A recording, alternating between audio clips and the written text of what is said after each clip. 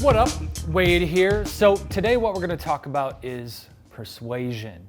And so this is an art form. This is a science that I've been studying for a really long time. It's been about a decade of me coaching, and really if I look at it, it's persuading throughout. From the first standpoint, dating advice, it's how to persuade a woman to build attraction and how to be able to turn it on like a light switch, as opposed to just like kind of having it fall in your lap if you don't know what to do. Also in business, persuasion from a sales standpoint. And that's how to sell, position yourself properly to really sell. And we're going to get into a lot of detail there, as well as sales and scale, sales and mass through copywriting and marketing, and how to do that as effectively as possible. But then on top of that, even more subtly, and this is where we're going to get into some advanced topics, is how to persuade as a coach. And what I mean by that is when somebody comes to me to work with me, they're coming at it from, they know what they need to do, they're just not doing it. So how do you become that guy who can subtly influence them to actually do the things that they need to do? How do you get in their mind so you can help them navigate past all these blind spots and really light the fire under your ass? The way most people look at persuasion is they think it's about these little superficial, they look at it superficially. So they think, what are the pickup lines I can use to attract the opposite sex? Or what is the 5 hot tips that I can write the perfect headline for the sales copy, and thinking that's going to, or some weird mirroring body language and saying their name when you're in a sales pitch, that's what's going to sell your product effectively. It's a much more nuanced, subtle, 1% little tweaks. And when you stack all these things on top of each other, that's what really leads to being incredibly influential, incredibly persuasive. We'll talk about positioning yourself as an authority. And the way that we're going to do that is through what I call the 6 keys to becoming a master persuader. The first key is stepping inside of their model of the world. And this is really a never-ending process. This is the most fundamental aspect when it comes to persuasion and influence, is your ability to step inside somebody else's world. And so the first time I really realized this, the first time I really had a sort of a perspective shift was when I learned about dating advice, coming at it from when I was single for the first time. There I was, 24 years old, and I thought, okay, I need to get better looking somehow. I'm going to hit the gym and I'm going to get a facial and all this stuff, to get some new clothes and a nice watch, thinking that that's what women were into because I was attracted to looks. That was a big part of it for me, as most men it is. And what I was doing there is, and what most guys are doing when they're confused about women's behavior, is they're saying, I would never do something like that. And what you're doing is you're filtering their behavior through your model of the world. So what you need to do is put yourself into their situation so you can see things from their perspective and then best how to navigate the situation. Example, in a business contest, let's say you want to get a raise and you're saying, I'm working so hard. My boss, he just doesn't recognize me. He doesn't see the value that I'm offering. And the thing is, in a true free marketplace, you're getting paid for the value that you're offering. If you were offering more value, you're going to be rewarded for it. And that's not the value that you think of what it is. It's either the value of your customers or your clients, if you have a business, or the value that your boss thinks is there. So it's perceived value. And so even though you might actually be increasing more revenue or you might be increasing profits, it doesn't matter. It's about the perceived value that your boss sees. And so it might actually be better for you to go get a beer with him than to finish that project that you're working on, because that might lead to him thinking you're closer friends and all these things. And he's like, man, this guy's really a great person that I need here. I'm going to make sure to recognize him through more pay and things like that. So that really only happens when you put yourself in somebody else's shoes instead of your own. And this is a process that you continually to hone and develop longer and longer term, to where, another example like copywriting or something like that. At first you do read like, okay, how do I write the perfect headline? How do I do benefits instead of features when I'm explaining what my product or my service is? But really everything changes, and it gets so easy to create the products as well as promoting them when you just know what your customers want because you understand them well enough. You're so good at being able to explain the situation of what they have that you no longer have to think about, what are the special little tips of how I'm going to sell this? The second key to advanced persuasion is building trust and rapport. And so what are the best ways to do this? First, yes, you want to meet them where they're at and pace and lead. That's something you'll hear regularly. But how can we do that in the advanced way? How does the Master Persuader do that? And it goes beyond just saying their name a couple times, saying their name over and over again or something like that. Look at all the different levels of communication. It goes beyond just mirroring the body language. That's one thing. But what about the tone of voice that they have? So instead of just saying their name, say their name the exact same way they say their name. Think about the breathing. Pay attention to their breathing. Look at where they're looking, the words that they use. Do they say, yep, feels right to me? Or do they say, that sounds good to me? Or do they say, I see what you're saying? Start using similar language that they're using. And all those things combined, what happens is they go, oh, man, this person gets me.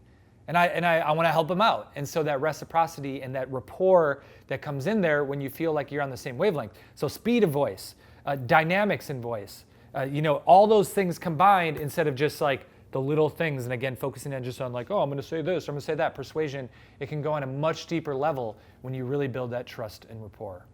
The third key to becoming a master persuader is influencing on the subconscious level. Persuasion, going past the conscious mind. Whoop. Getting nuance there and going to the subconscious. And so if you look at this, the conscious way of persuasion, this is the logical shit. This is the guy who tries to say logically why he'd be a good fit for some girl, saying like, I treat you so well and I could really give you a good life. And if you've tried that, it doesn't work. You got to go on the emotional level. You got to go on a deeper level there. And we'll explain what those deeper levels are in a second. But the same thing in business. And I see too often if I'm just looking at the interwebs or starting to work with a coach, is a lot of times when they give me their sales pitch to start and I'm saying, hey, okay, pitch me first and then we'll work on that process, is they try to do it on a logical level of saying like, yeah, this is why I'm a great coach. I'm even thinking for myself, yes, it's good that I've been coaching for 10 years and I've had all these clients, but it's taking things to a level deeper, getting on that emotional level. So when I'm having a potential coach, if they pass all the screening process and things like that, I'll be like, okay, are you where you want to be? Are you really reaching your potential?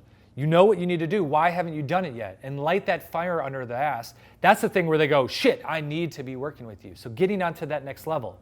And so what are these levels? There's actually, it's called a triad brain or triune brain that comes from some sort of scientific research looking at evolution and where these things evolved from. And the top level is your neocortex. And that is the conscious level. This is why you hear things like 7% of communication is actually the words that you use. That's the neocortex. Going a level below that, now we're getting into the subconscious. This is where persuasion really takes place.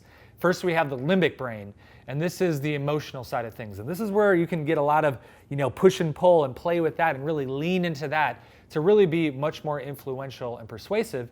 And then going even a level deeper, that's the reptilian brain. That's like the brainstem and that first sort of level of awareness, conscious awareness that we had at all. And that's just thinking about survival and replication. And so when you can dive in and lean into that deep level of saying, hey, this is why you need to do this. Do you want to be a little bitch? Like, it's a survival instinct here, and really hitting on those emotional and those levels, it's going to be much more impactful, influential, and persuasive than being up here. It's like the same thing talking about entrepreneurship. What's the difference between, hey man, are you worried about your bills? Are you stressing about your bills? I'm going to help you with that, compared to saying, I'm going to help you understand what entrepreneurship really means. It's like it doesn't motivate you to take action. So go a level deeper.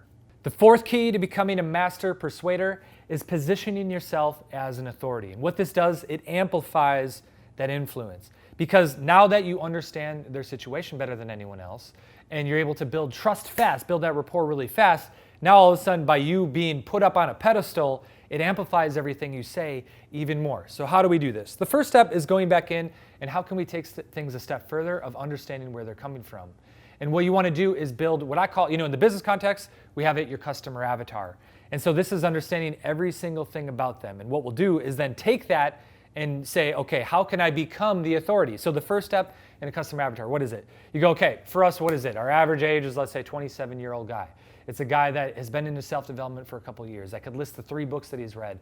I could tell you that he probably has some smoothies and things like that and goes to the gym 2.5 times a week. We have that customer avatar, and that's a great starting point for you to get into your niche, whatever it is. Like I said, even if you're in a career, what is your niche? What are you trying to do? What are you looking for long term?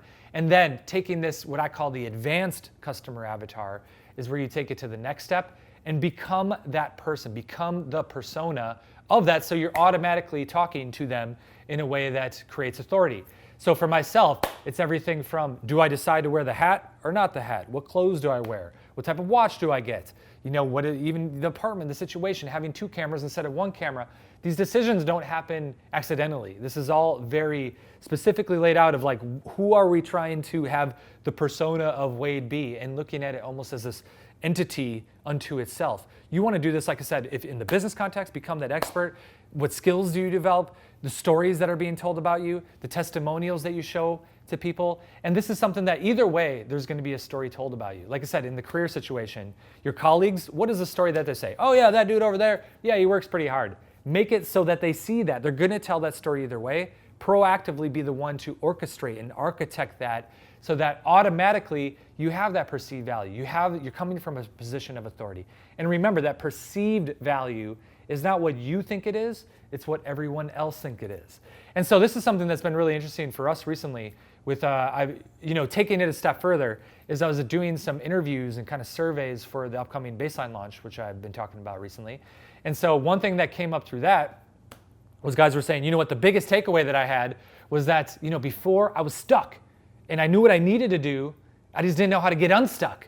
And this was the thing that pushed me through. It lit the fire and got it through the system where all of a sudden, man, now I'm able to do what I want in the areas that I want, whether it was starting a business or, like networking and finding that superstar mentor and things like that. And it's like, you don't think we're going to use that in our marketing from then on, but that came through diving in even deeper. And you don't think I'm going to talk more about how I'm not being stuck and showing the avatar of who I am or the persona of who I am in a situation where I am doing what I love. I'm able to have an amazing girlfriend and keep growing that situation. I don't have issues going to the gym. I call it pseudo-vegan or half-vegan, and we're going down that path too. And I'm not in that situation where I'm stuck in procrastination and stuff like that, and I didn't think that was important, but hell, now that I know that it is, we're gonna highlight that stuff even more in the marketing, in the free content, and in the products and services that we create. The fifth key to becoming a master persuader is building leverage, creating leverage for yourself. And this is the one that just, once you got it, everything changes because you just feel so much more comfortable when you have that leverage. And so what I mean by this, it basically comes down to, the hardest time to make a sale is when you need it the most. The hardest time to get that date with someone of the opposite sex is when you haven't had a date for the last 6 months. And so it is a little bit of the chicken and the egg sort of thing. But what I'll say is when you start getting some success and when you start seeing it happen there, do whatever it takes to build leverage as fast as possible. But what do you do if you don't have that yet? There's a couple ways that you can really build this. The first thing is go do shit. So if you're in a corporate situation, if you have the experience, if you've done a lot of awesome things on a lot of projects, all of a sudden now you have the leverage to go to your boss and say, hey, look at what I've done here. I deserve the raise. And if not, I'll go somewhere else. And that comes into not only experience, but also the skills that you have. So you can start accumulating more and more skills so that you have the sort of super weapons to go out in the world and be able to create a lot of tangible perceived value there. Another thing is your network. Having people around you and building that networking garden over months and months and months to where you have people around you that can get you a job if you need it, or you can do a joint venture, you have business partners, or they can help you find clients. A lot of times the network can be the best way to increase and enhance your job security. Also just having things like a mentor. I remember for myself when I didn't have a lot of clients yet and the business was just starting off, having mentors saying, I can tell you're going to be successful. I've been there and I've seen that. And having them, they have all this success, you're looking up to them. That gave me more confidence than almost anything to really be coming from a position of, I'm going to make this work no matter what. These people believe in me. It gave me the permission to finally get out there and do it. So any way that you can create leverage for yourself. Also just reciprocity. So me doing these videos, having free content, putting that out there, knowing that if I do this long enough, you give enough value. I've already had the experience of you do this long enough, people are like, what do you got? Give me something else. I want even more. And so building that reciprocity, same thing in your network, helping other people out in that context, helping people out in any context that's going to come back. So having that really abundance mindset of just give leads to, in the long run, the universe just says, yes, you have given. Now I will give back to you. And the last key to becoming a master persuader, to really doing this, you're going to be refining everything else before this. You're going to be positioning yourself more as an authority. You're building more leverage. You're understanding more and more how to dive into the other person's view of the world and how to build that trust and rapport from really seeing things from their perspective. That's just this constant sort of spiral where you get better and better and better at it in whatever contextual situation. So you might do it with one type of client, then you might do it with the opposite sex, then you might do it with your social circle, and all these things, you just through that deeper and deeper understanding. Like I said, it's a spiral. You get better and better at your persuasion skill set there. The final step is desensitizing to social pressure.